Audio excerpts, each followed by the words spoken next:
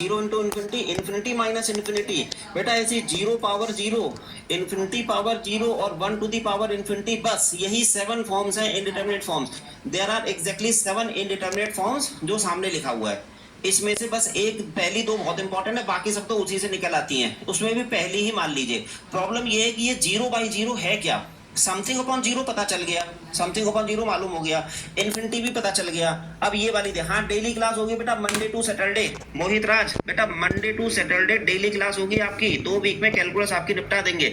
और मान लीजिए किसी दिन क्लास नहीं हो पाएगी, सुन लीजिए, मान लीजिए पर्सनली मुझे यहाँ पे देखो, एक बात बताओ, ये बताओ 0 इंटू 4 क्या होता है। सर 0 होता है। और 0 इंटू 5 क्या होता है। अरे सर ये भी 0 होता है। और 0 इंटू -7 क्या होता है।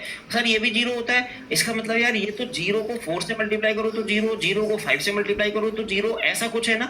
तो इसी लॉजिक से अगर मैं आपसे पूछूं कि 0 अपॉन 0, जरा देखिएगा बेटा, ये बताओ, मान लीजिए लिखा है 40 अपॉन 5 की वैल्यू 8, इसका मीनिंग क्या है। 40 अपॉन 5 का मीनिंग 5 8 जा 40, सही कह रहे हैं ना, 5 8 जा 40। बेटा इस लॉजिक को पकड़ के अगर मैं आपसे कहूं कि 0 1 जा 0, तो क्या मैंने गलत लिखा कुछ, बताओ। कॉमन सेंस से बात करो, 0 1 जा 0, क्या गलत है इसमें। अच्छा अगर मैं कहूं 0 2 जा, अरे ये भी 0 है, यहाँ पे लिखा था आपने 0 इंटू 1 0 होता है, तो लिख सकता था मैं ऐसे। फिर आपने कहा सर 0 इंटू 2 भी 0 होता है, लिख सकता था। अब बताइए 0 इंटू, चलो मैंने 4 लिख दिया, 0 ही होगा, -3 0 होगा, 1/7 0 होगा, स्क्वायर रूट ऑफ 5 0 होगा, एंड सो ऑन। इसका मतलब 0 अपॉन 0 के तो बहुत सारे आंसर आ रहे हैं बेटा, 0 अपॉन 0 के तो बहुत सारे आंसर आ रहे हैं। देखो सब कांस्टेंट आए, सारे कांस्टेंट आए, लेकिन क्या ये यूनिक आए, बताइए। क्या ये सब आंसर्स आपको यूनिक मिल रहे हैं ना, इतने सारे आंसर आ गए। तो इसका मतलब है कि 0 अपॉन 0 में देखो मल्टीपल आंसर्स एग्जिस्ट, कह सकते हो इसको ऐसे, मल्टीपल आंसर्स में एग्जिस्ट, ऐसा हो सकता है ना, मल्टीपल आंसर्स में एग्जिस्ट, ये है प्रॉब्लम।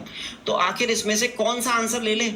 प्रॉब्लम यह है कि हमारा आंसर यूनिक होना चाहिए बेटा, चाहे एग्जैक्ट वैल्यू निकालो चाहे अप्रॉक्स वैल्यू निकालो, both answer should be unique. Answer तो यूनिक आना ही चाहिए ना।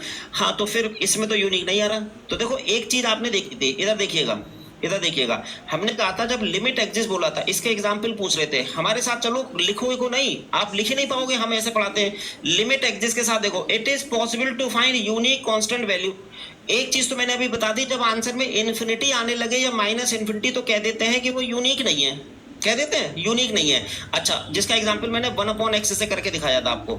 अब ये बताइए यूनिक मतलब एक वैल्यू मिल जाए बेटा, यूनिक का मतलब एक वैल्यू। अब बताइएगा क्या इसमें आपको यूनिक वैल्यू आती नजर आ रही है ना, अभी भी बहुत सारे आंसर आ गए। तो फिर हमारा आंसर कौन सा होना चाहिए बेटा, जब कभी भी आपका 0/0 फॉर्म होती है तो इस तरह की प्रॉब्लम से डील करने के लिए एल ऑपिटर रूल लगाया जाता है। वो भी बताएंगे क्यों लगाया जाता है। एल ऑपिटर रूल से लगाने से फायदा क्या होता है, इनमें से जो भी आंसर पॉसिबल है वही आंसर बाहर आ जाएगा। मान लीजिए square root of 5 is possible, तो स्क्वायर रूट ऑफ 5 आ जाएगा। अगर 4 पॉसिबल है तो 4 आ जाएगा। ठीक, अभी देखना, तो जब कभी भी बहुत सारे आंसर्स आने लगे तो उसको हम लोग कह देते हैं expression is in indeterminate form. समझिए पहले इसको जल्दी से।